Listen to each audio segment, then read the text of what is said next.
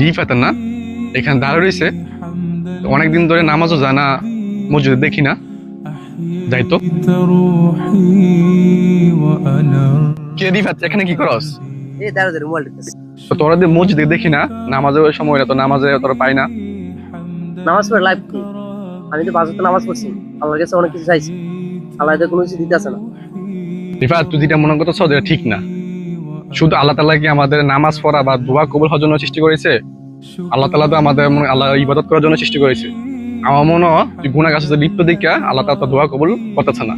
আমি দেখতেছি তুই নামাজ পড়ছ ঠিকই, কিন্তু এভাবে ঘুষ খাস। তুই নামাজ পড়ছ ঠিক আছে, তুই নাচ গানের যাস, তুই নামাজ পড়ছ ঠিক আছে, তুই মানে খারাপ কাজ করস। আমার মনে হয় এই জন্য আল্লাহ তাআলা তোর দোয়া কবুল করতেছে না।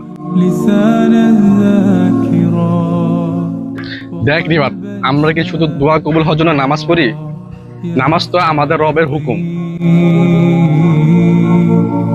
আমরা নামাজ পড়ি কারণ আল্লাহ তাআলা আমাদের সৃষ্টি করেছেন এবং তার ইবাদত করা আমাদের দায়িত্ব।